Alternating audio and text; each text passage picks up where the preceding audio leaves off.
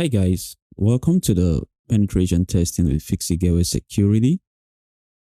Today we'll be talking about a special lab, which is the theoretical lab, as we discussed on our various social media channels, that we'll be talking about the theoretical aspect of a lab today. And this theoretical lab features hack-the-box machines.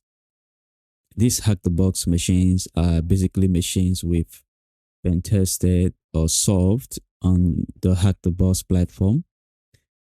And the purpose is to make you understand the concept of solving these labs while shifting your mindset from a CTF perspective straight to a penetration testing or bug bounty perspective.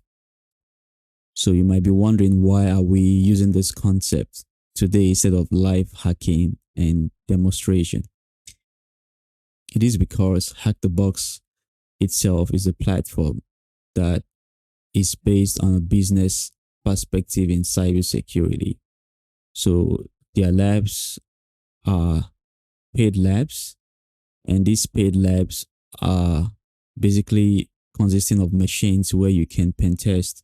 So these machines have retired machines, they have existing machines, and they have other machines in terms of competitions that is going on their platform. So by the rights of Hack-the-Box, they stated that they do not like these existing machines to be demonstrated because it breaches their business model or plan. But except you're pen testing for retired machines, then you can demonstrate those ones. So of what essence for us to pen test retired machines and demonstrating when we know that these retired machines basically mimic vulnerabilities that probably might not be in existence anymore. We're just assuming. So to ensure that we keep a balance by not breaching their business model and at the same time demonstrating how things are done, we decided to adopt this theoretical aspect whenever we talk about hack-the-box machines which are live or still in use by the platform and not retired. So when we demonstrate these labs via theoretical labs, we are not going to be breaching the business model or infringing on any cybersecurity laws. At the same time, we would be able to expose you on the concept of going about hacking, not just a CTF program such as Hack-the-Box, but also applying this theoretical knowledge in real life penetration testing or bug bounty related activities. So with that being said, let's get started with this week's episode. So in this week's theoretical labs, we'll be featuring Hack-the-Box labs, as we have previously stated. And in this Hack-the-Box lab, we'll be discussing two labs. The first lab is Fawn, which focuses on file transfer protocol. And of course, we believe you're familiar with the file transfer protocol and what it does. But if you're not, we'll explain briefly to you what a file transfer protocol is all about. Then after we're done with the Fawn labs, we'll move on to the dancing shares. So the dancing shares focuses on SMB, which is server message block.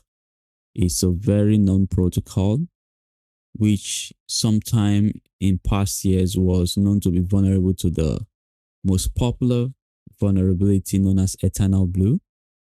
But over the years that has been patched, so Eternal Blue is no more in vogue. And these dancing shares will be walking you through how we were able to exploit it theoretically, but this theoretical approach will be of immense benefit to you because you'll be able to understand what we did and how we did it. Then in between these discussions, we'll be sharing premium vouchers. These vouchers is basically for you to activate the labs if you want to use it for the labs or other Hack the Boss products. And each of these vouchers comprises of 25 US dollars, encrypted, encoded, and be very, very alert. We might just drop one or two nuggets during the training, which might help you to crack these vouchers. Okay. So that is all we'll be doing for this week. And we hope at the end of this lecture, you'll be able to take away some vital informations that will help you as a penetration tester, an aspiring penetration tester, bug bounty, or security researcher. So, having said this, let's move on to the major topic for the day. Now, on the Fawn Lab, when we registered on Hack the Box platform, the first thing we did was to look at the tags. Okay, that's the reason why we are putting the tags in this presentation. The tags are very, very, very easy to give away information on what that specific labs are all about. Okay, so if you're able to get a subscription model on Hack the Box and you intend to solve any lab, the first thing you should focus on is the tags. Okay, the tags reveal information of what that particular machine you are about to solve is all about. So when we saw the tags, we saw FTP, we saw protocols, we saw recognizance, we saw anonymous through guest access. So how did you now deduce what we need to do from those tags? We'll be walking you through that. So when you see FTP, as we all know, FTP is file transfer protocol. So it's basically a protocol that is used to transfer files between a host and a server. So when we talk about a host, it can be your local machine. It can also be a machine that sits within the server environment, okay, but not directly on the server. Okay, so when you try to transfer a file from that machine to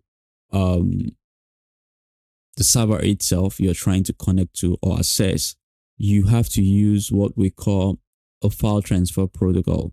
So that file transfer protocol would enable you to connect to that server from your local machine, which we also know as host. Let's say you're dealing with a virtual environment, right? Then once you connect to that server with the IP of that server, of course, you need to provide credentials. So these credentials are basically usernames and password, which of course would now enable you to establish a remote connection using the file transfer protocol to that server. So once this connection has been established, you can now use what we call the SCP copy or whatever command you want to use to copy from your machine to the server. Now, why is this important that we look at these tags again? Is that when you see protocols, basically it's pointing you to understand that this service uses a port. So FTP is a service. The protocol together must run with a port for it to be a protocol. So FTP on port 21 together is called an FTP protocol. So when we saw the protocol, what came to our mind is that we should be looking out for a port number that is associated with FTP. Then, how do we now establish this concept of getting the service and the protocol that is associated with? And that is where recognizance comes in. So, by right, most people will start using Nmap scan to start scanning for the target IP, but that's not how we do. Now, the first approach we did was to ping the target. Now, you might be asking, why do we ping the target? It's a rule of thumb when you have been an experienced hacker or penetration tester, over the years, you know how to apply the concept of being smart, okay?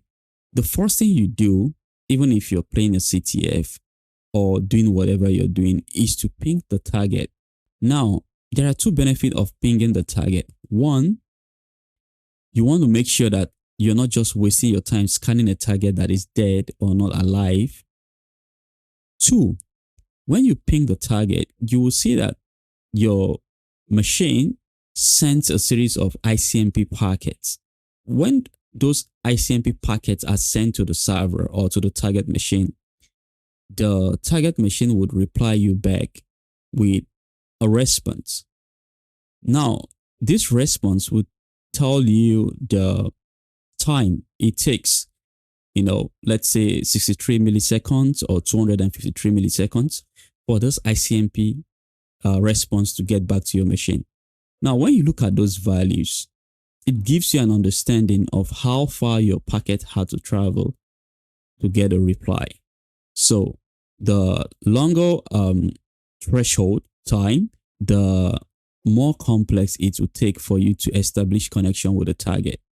Let's say you're trying to connect to a target and you're getting a reply after pinging for like 63 milliseconds, 62, 61, and lesser values. That means it's very easy for you to access that target. They have a good network connectivity or bandwidth. But let's say you're getting like 600, 2000 plus. So it shows that when you're scanning that target, it's going to take much time for you to get a result. That's the importance of ping. So as a hacker, no matter what you do, whenever you're trying to scan a target, the first thing you need to do is to ping that target. Now, after pinging a target and we discover that it's alive, what's the next step we took? The next step we took is to enumerate, to understand the services running on the target. Now, there are two ways we advise any penetration tester or bug bounty hunter to perform reconnaissance, okay? Because now we're dealing actively with a target. So the first one is to perform an active reconnaissance, also known as enumeration anyway. So to perform that, we use the nmap command and we use the -ss flag, the -sv flag, the -pn flag, and of course, the target IP address. And this IP address in this presentation is just a fictitious IP address we made up just to conceal the IP address we targeted on Hack the Box. Now, for the second one, we use the sudo nmap and we scan a range of port numbers. And using the script, we also try to gain information about the banner. So this is called banner grabbing. And as you can see, we added a series of flags to make sure that this host doesn't see us as a malicious person. So when this host sees the series of scan using nmap coming on their machine, they will be able to understand that, okay, this is done by just a legitimate series of users trying to, get information. Okay. Now, back to what we're saying. The first nmap is going to reveal the service and of course the port. But the second command nmap would not only reveal the service, it's going to reveal the port and of course the version that it's running on those various services. Now in hacking, there are three concepts you should always follow. The first concept is to do the first approach, scanning for normal IP to see what services and ports are open. The second approach is to get the version. So when you scan the normal port and you try to exploit it, let's say you get an FTP port open and you try to exploit it the normal way, it doesn't work. Your next fallback plan will be to research on that specific version to see what vulnerabilities are associated with that. That's the reason why we need to use the second approach of scanning to get the banner information. Lastly, the third approach is to use the IP address to access on our browser and see if it leads to a website or a form or some sort of web page that we can now gradually navigate across to see if we have an entry point or a vulnerable point where we can further exploit this target. So this tree concept or tree approach is very important as a security researcher for you to understand this concept whenever you are trying to pen test or conduct a bug bounty. Because it's very important that you don't face a target using one perspective. You face a target using numerous perspectives by solving the problems from the known, which is of course basic finding services, and see if you can log in with just default credentials. Or two, if you cannot, to try and see if you can exploit this target by the version of the services that is running. And of course, if you further try that and you see that there are no vulnerabilities associated with that specific version, then your last resort will now become assessing the IP address and see if there are any vulnerable forms or inputs to try other forms of vulnerabilities such as SQL injection and so on. Now, after we have done all this approach, okay, the next thing we did is to research on default FTP login credentials. Now, you might be asking, why did we do that? Going back again to the text, you can see there's a word called anonymous stroke guest access. Now, if you're very familiar with accessing file transfer protocol, you should be aware that there are certain configurations, which is also due to security misconfigurations, that allows a root user to log into an FTP server without providing a password. So that is the essence of us researching these default credentials known out there in the public. So when we now eventually try to access this target via FTP, we'll now try these default credentials and see if any of these credentials works. So if we eventually get a working credential by using these default credentials that we researched on out there in the public, we can now use other aspect of our commands to now see what is in that FTP server and of course exploit it. So during the course of the lab, we tried a few of these credentials to solve the theoretical questions and gave a solution to those questions. But the last solution was to get the root flag. So how did we get the root flag? We just provided a default username, which is called root, and we struck our keyboard, I think twice or once, and we're able to log into the FTP server, and we had a successful connection. So after we got a successful connection, we used the ls command to list the files. Now, there are two ways you can now try to see what to do with these files when you find them. You can try to cut these files if the server enables you to view these files on them, or alternatively, you pull these files locally to your machines and open them to see what the content is all about. So in our case, we do not want to miss any information, although we know that this is a CTF challenge, and by right, whenever you see a flag.txt, it means that is the flag. But in real life, you might see a series of files, and these files, you cannot be reviewing them in the server and spending more time, which might trigger some sort of IDS to the server or to the security of that organization to let them know that somebody is doing something malicious on the server. So this is where the mget command star comes in. So when we use the mget command star, it means everything on that server we want to download it, including flags if you're playing CDF, or Word documents, directories, images, any sensitive information that exists in that server if you're playing a bug bounty or if you're pen testing a target. And after we did that, we're able to open the file and we're able to solve this lab by providing the flag. And of course, we earned a badge for solving that lab. But unfortunately, we did not, capture that aspect of the lab. So that was how we were able to solve the Fawn Lab.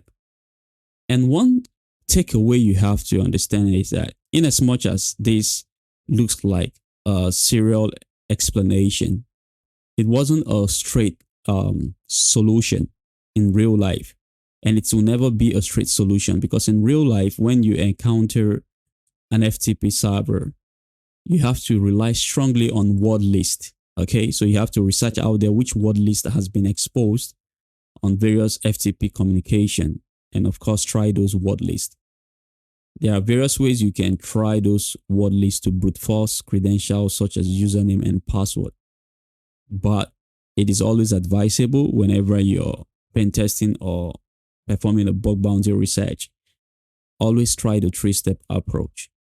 Research for services running, try default credentials. If you're not able to find any successful login, try and scan further to get the banner information to understand the version of the FTP server that is running on the target. And if you're able to successfully get the version, you can now use that version and research to see if there's any proof of concept out there to exploit that target. And if eventually you try that and there are no proof of concept out there to exploit that target, you can now fall back to the last plan, which is trying to access the IP. And of course, see if it's a web page or a website or a web journal that has various functionalities which might reveal what can be possibly exploited. So for this month's episode, this is the first voucher for users who intend to use the Hack the Boss platform to practice their various labs. As we promised, we are not going to give a tip, but we would suggest you look closely. There is something revealing here to show you what we did. So look closely at this voucher, the encoding. And remember, in our labs, we always explain how to spot sensitive information when we talked about WebGoat. So look closely. Secondly, this is encoded. Okay. Of course, you know it's encoded. No voucher has this long string except you're, paying for some services that uses this method of voucher. But that's by the way. So this encoding, we're forced to tell you the numbers of encoding that was done on this, but we're not going to do that. One tips I can tell you is to watch our WebGoat video where we talked about IDOR and how we consecutively tried until we got some information about our target when we're practicing with WebGoat. That will give you a clue on how to, understand how many times. Okay? How many times? Once more again, how many times? Okay? Good. So let's move on to the next lecture. So in this next lecture, we'll be talking about a dancing lab. So this dancing lab basically is about SMB. So the server message block is a protocol commonly used by Windows environment. Okay. So as usual, we read the text and we saw that the text had protocols, SMB, reconnaissance, anonymous guest access.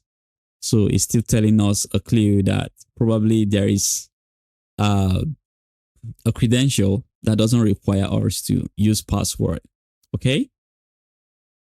Then once again, protocols means we are dealing with a port service that we need to exploit. And of course, the service is SMB. So as usual, the first thing we did is that we ping the target. In this case, we are using a fictitious IP address. After we're done, we do not want to waste time. So we enumerated specifically for SMB servers. So for SMB uses two ports, which is 445 and 139. But for you who are just getting new into the profession penetration testing, you also have to be smart. Okay.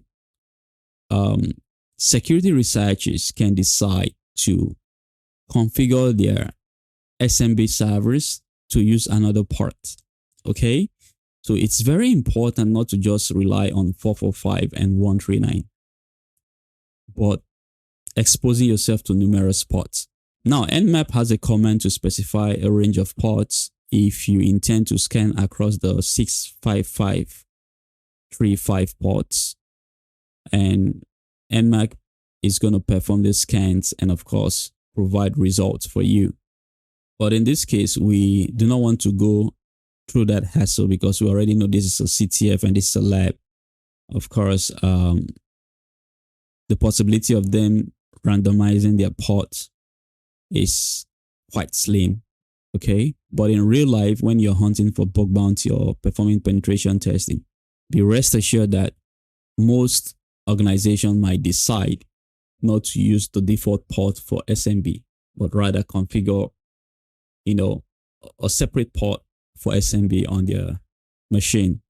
So it is very important that you understand this and learn how to scan a range of ports using Nmap command. So we used two commands here. The first one was we tried to enumerate for users using the Nmap script. Then after that, we used the super user do. Of course, whenever you are enumerating for binary information, you have to use the sudo command, okay? You cannot just run Nmap.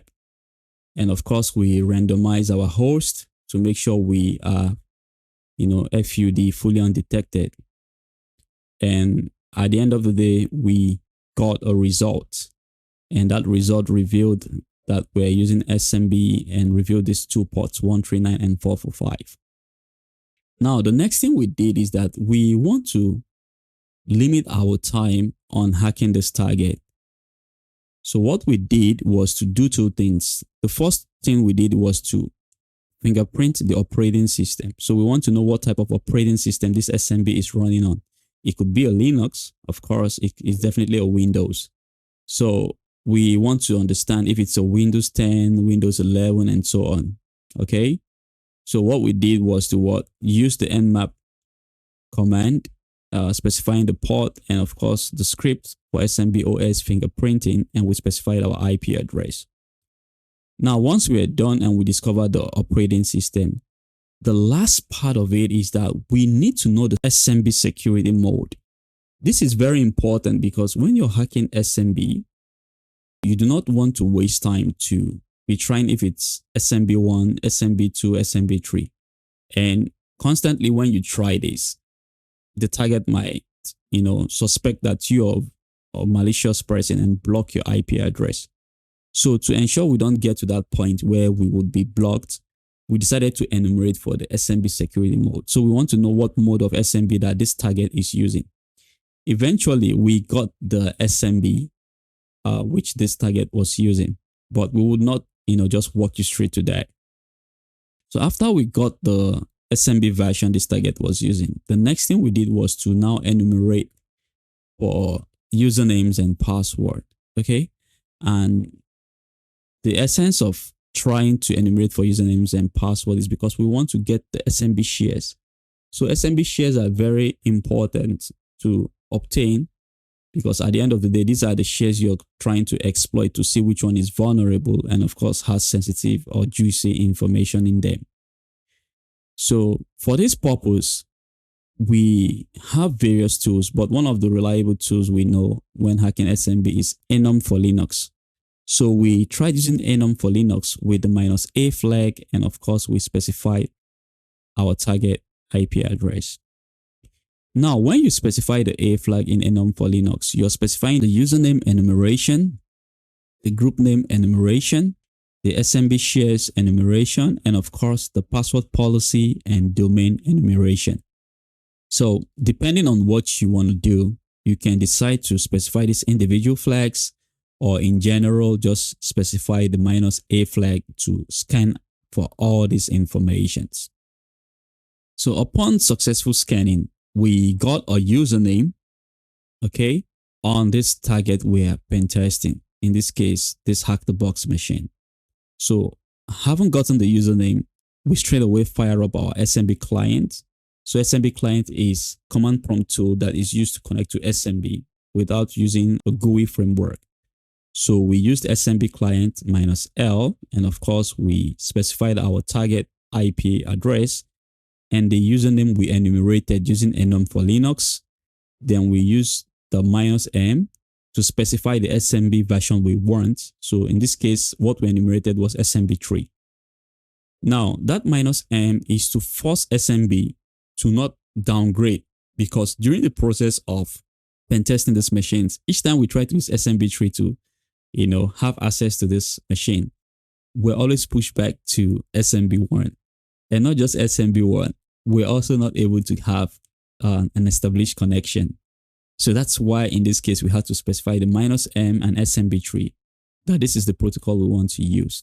Then we use the -N flag to bypass any password, rule to access this SMB, okay, without requiring a password. So after running this, we're able to successfully authenticate, to this SMB machine. And after we're able to authenticate, the next thing we're able to see was the number of shares that exist in that SMB machine we're pen testing. So in this case, we got 3 disk shares. So these are shares running on the disk and 1 IPC shares. So after we got the shares, we listed them out by copying them out and of course exiting. Now the proper hacking now comes in. We want to now connect directly to these SMB shares to see which of them authenticates us without a password.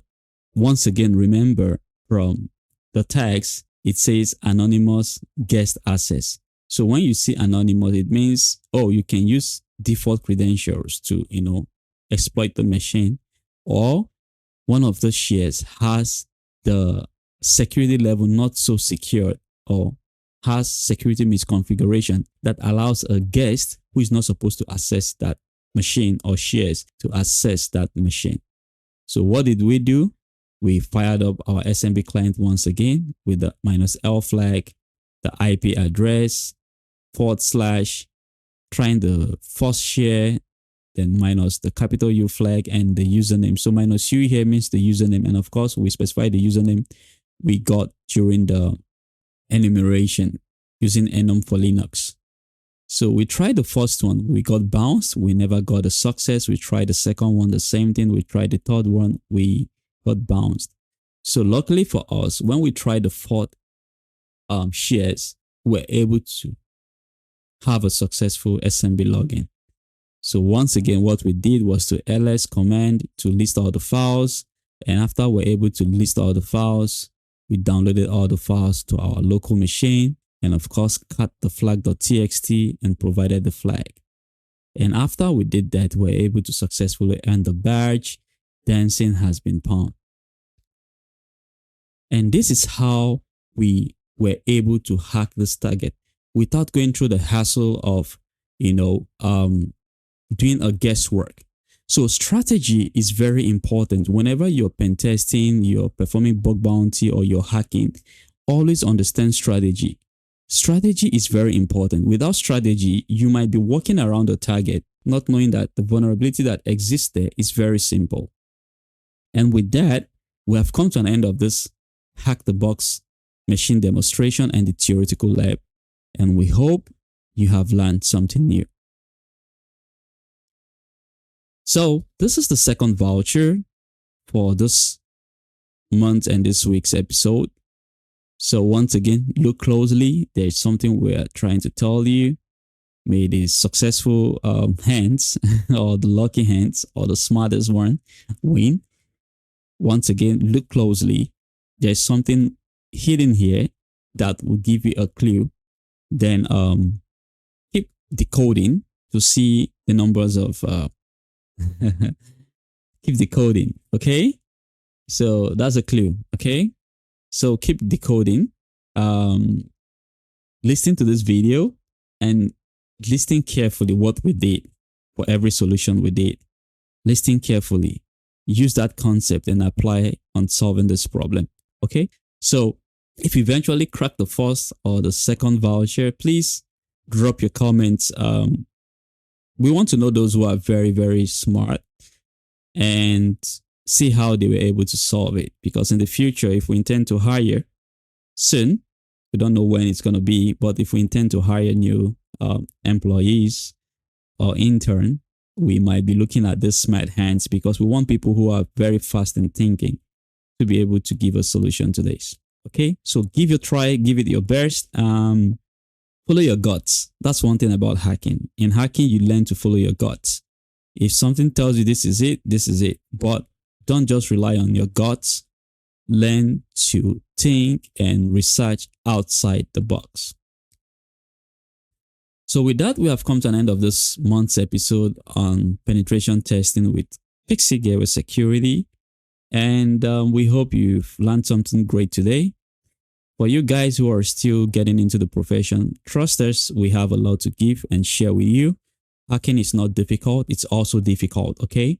It comes with experience, because if you're not experienced, hacking tends to be a pain, okay? You would not be able to understand what you're doing because you're not experienced. But once you're experienced, hacking is very easy. It's fun. And the only way you can learn is to study. Take courses if you can, but don't just take random courses. Take courses from people who are genuinely or passionately willing to teach, okay?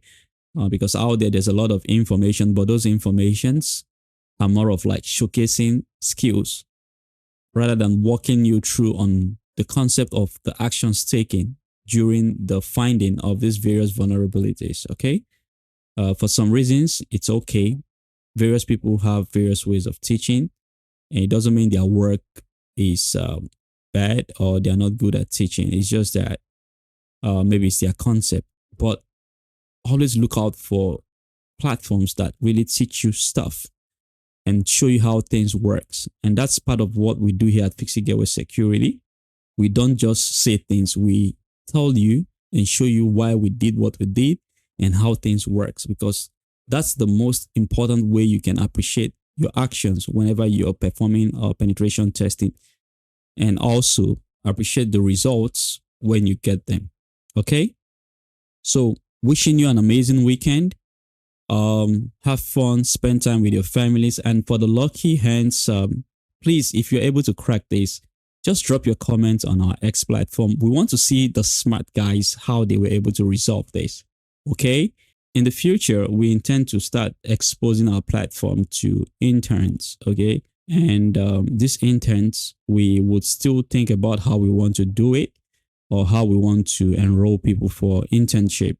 So please, the only way you can be recognized is by participating on our platform, okay? When you participate on our platform and leave genuine informations, solutions, or interactions, you have a high chance to intern with us. And of course, when you intern with us, you're going to learn a lot of stuff.